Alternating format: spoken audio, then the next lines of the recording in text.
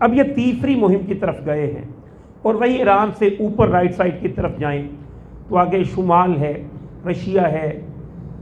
اور ازبکستان ہے، تاجکستان ہے، رومانیہ ہے، کچھ حصہ یورپ کا اور کچھ حصہ یہ جو پٹی یوکرین وغیرہ ہے، اس طرف پھر انہوں نے تیسرا سفر جو ہے یہاں پر کیا۔ پھر وہ پیچھے چلا ایک راہ کے شمال کی طرف، حتی اذا بلغ بین السدین، یہاں تک کہ جب وہ پہنچے دو پہاڑی سلسلوں کے درمیان، یہ کاکیشیا کا جو پہاڑی سلسلہ ہے وہ شاید اس سے علماء نے بیان کیا ہے۔ وجد من دونہما قوما، تو اس نے پایا ان پہاڑوں کے پیچھے قوم کو، لا یقادون یفقہون قولا، جو لگتے نہیں تھے کہ سمجھیں گے کوئی بات، یعنی ان کے درمیان کافی فصل تھا، تو جو فصل تھا تو زبانوں کا بھی فرق تھا۔ اب جس طرح دنیا گلوبلائزیشن ہوئی ہے دنیا کے اندر، اس کے نتیجے میں ایک زبان عالمی زبان قرار پا گئی جن کے پاس قوت ہے، ایک پیسہ عالمی پیسہ قرار پا گیا، لیکن ظاہر ہے کہ یہ باتیں تو بہت پرانی ہیں، تو اس وقت تک یہ چیزیں جو ہیں ابھی تک اس طرح سے وجود میں نہیں آئی تھیں، تو وہ ایک دوسرے کی بات نہیں سمجھتے تھے۔ بہرحال کیسے تیسے کر کے انہوں نے ایک دوسرے کو ترجمان بن کے ایک دوسرے کے بات سمجھ لی۔ اصلاً انہوں نے ایک سوال کیا، اب یہ علاقہ جو فتح کیا ہے اس کے حکمران کی حیثیت سے جناب ذوالقرنین ان لوگوں کے پاس ہیں، اور وہ لوگ ان کے پاس آئے اور اپنا مسئلہ جو ہے وہ بتا رہے ہیں۔ قالوا یا ذوالقرنین، انہوں نے کہا اے ذوالقرنین، ان یاجوج و ماجوج مفسدون فی الارض، بے شک یاجوج اور ماجوج فساد کرنے والے ہیں زمین میں۔ یہ گوگ مگوگ کی سٹوریز آپ کو یہ ملیں گی تورات کے اندر بھی، انجیل کے اندر بھی، یہاں تک کہ ہندوؤں کا جو مذہبی ورثہ ہے اس کے اندر بھی ان کا تذکرہ موجود ہے۔ عام طور پر جو تصور ہے کہ انتہائی وحشی قسم کے لوگ، غیر متمدن لوگ، اور بعض نے قرون اولیٰ ہی کے علماء نے، اسلاف نے، تابعین کی یہ بھی رائے ہے کہ ان کا نسب باپ کی طرف سے تو آدم علیہ السلام کی طرف جاتا ہے، لیکن یہ کہ ماں کی طرف اماں ہوا تک نہیں جاتا، واللہ اعلم۔ لیکن عام طور پر اکثر مفسرین نے جو سمجھا ہے کہ یہ نسل انسانی ہی میں سے ہیں، لیکن انتہائی سخت جان ہیں۔ نبی کریم صلی اللہ علیہ وآلہ وسلم ان کے بارے میں ارشاد فرماتے ہیں، آپ نے فرمایا کہ یہ انتہائی سخت جان ہے، ان میں سے ہر شخص کوئی 1000 بچے پیدا کر کے فوت ہوتا ہے، یہ جتنا بھی چاہے جمع کریں ان پہ کوئی کمزوری لاحق نہیں ہوتی۔ پھر آپ نے ارشاد فرمایا کہ مجھے ان کے پاس بھیجا گیا کہ میں انہیں اسلام کی دعوت پیش کروں، لیکن انہوں نے میری دعوت کو قبول نہیں کیا۔ حضرت ابی بن کعب رضی اللہ تعالیٰ عنہ ارشاد فرماتے ہیں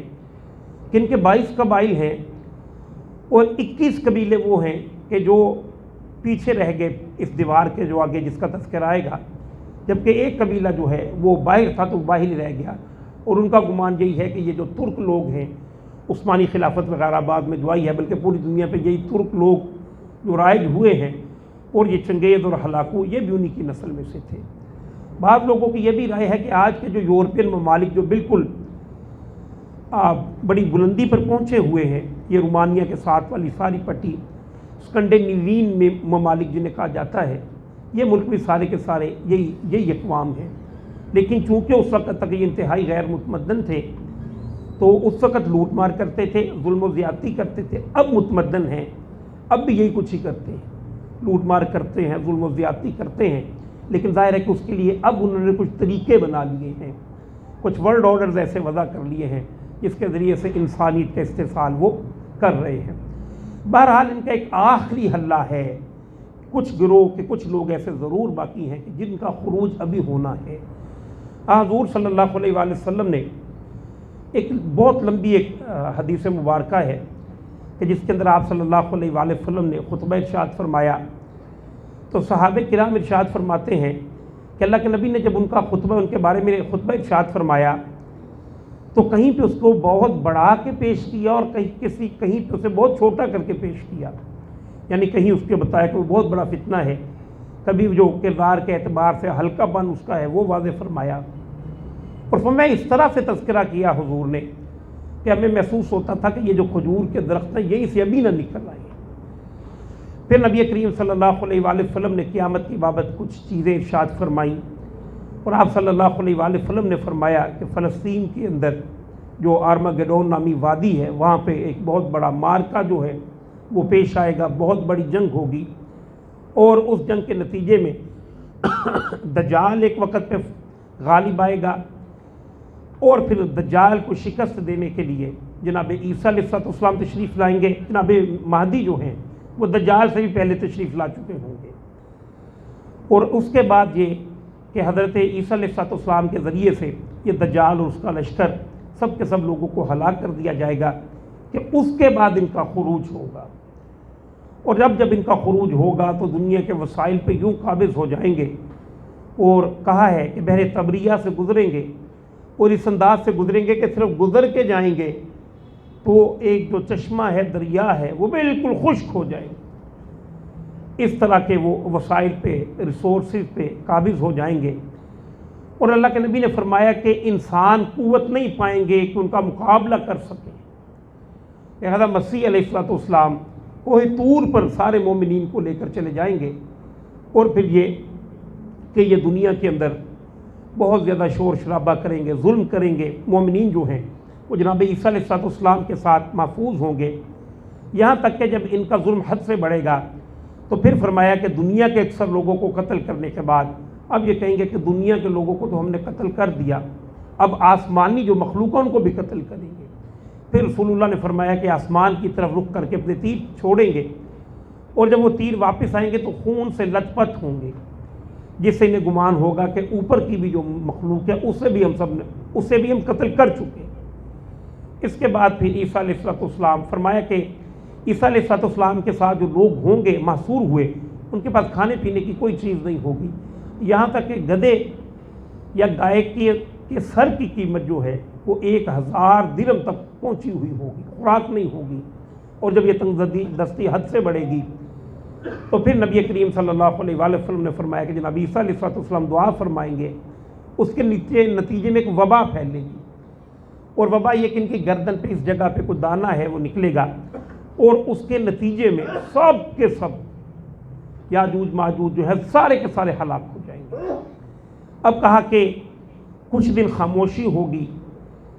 کہ پھر لوگوں کو کہا جائے گا حضرت عیسیٰ کی طرف سے کہ جائے کوئی مومن اور جا کر باہر سے خبر لے کر آئے کہ اتنا سکوت، اتنی خاموشی کیوں ہو گئی، اب کوئی جانے کو تیار نہیں ہوگا۔ ایک شخص اٹھے گا، اللہ کے نبی نے فرمایا اسے پوری طرح یقین ہوگا اب وہ واپس نہیں آئے گا، اتنے جنگجو لوگ، لیکن کہتے جب جائے گا نیچے تو وہ دیکھے گا کہ ان کی لاشیں ایک دوسرے کے اوپر پڑی ہیں، اور کروڑ اربوں کی تعداد کے اندر یاجوج ماجوج جو ہے وہ مرے پڑے ہوئے ہوں گے۔ پھر پوری کی پوری دنیا کے اندر ایک عجیب طرح کا تعفن، بدبو اور گندگی جو ہے وہ پھیل جائے گی، جس کے بعد لوگ یہ کہیں گے کہ کاش ایسی زندگی سے تو مر جاتے۔ پھر فرمایا اللہ کے نبی نے کہ اللہ سبحانہ و تعالیٰ کی طرف سے 2 روایات ہیں، ایک تو یہ کہ 10 دن بڑی تیز آندھی چلے گی اور اسی میں یہ جو ہے مخلوق اڑ جائے گی، اور ایک روایت نے یوں ارشاد فرمایا کہ اونٹ جیسے منہ والے کچھ پرندے آسمان سے آئیں گے، وہ انہیں اٹھا کر لے جائیں گے، اور اس کے بعد 10 روز یا 3 روز تک متواتر بارش جو ہے وہ ہوتی رہے گی، گویا کائنات دھل جائے گی۔ اور اس کے بعد اللہ کے نبی صلی اللہ علیہ وآلہ وسلم نے ارشاد فرمایا کہ پھر وہ کیفیت ہوگی کہ پوری دنیا پہ غلبہ اسلام ہی کا ہوگا، اور پھر اسلام کی برکات کے حوالے سے کچھ باتیں ارشاد فرمائیں۔ آخر میں حضور صلی اللہ علیہ وآلہ وسلم نے ارشاد فرمایا پھر اس کے بعد قیامت ہے، ایک ایسی ہوا چلے گی جس کے نتیجے میں سارے کے سارے لوگ جن کے دل کے اندر رائی کے دانے کے برابر بھی ایمان ہوگا وہ وفات پا جائیں گے، اور اس کے بعد دنیا میں صرف شیطانی حکومت ہوگی، لوگ ظلم کرنے والے ہوں گے، سریعام جمع کرنے والے ہوں گے، اور وہی بدبخت لوگ ہوں گے کہ جن پہ قیامت آئے گی۔ تو یہ ساری باتیں، دجال بھی آ گیا، یاجوج ماجوج، تو میں نے اس لیے کہا تھا کہ کل ایک طویل روایت ہے وہ میں آپ کی نظر انشاءاللہ لذیذ کر دوں گا۔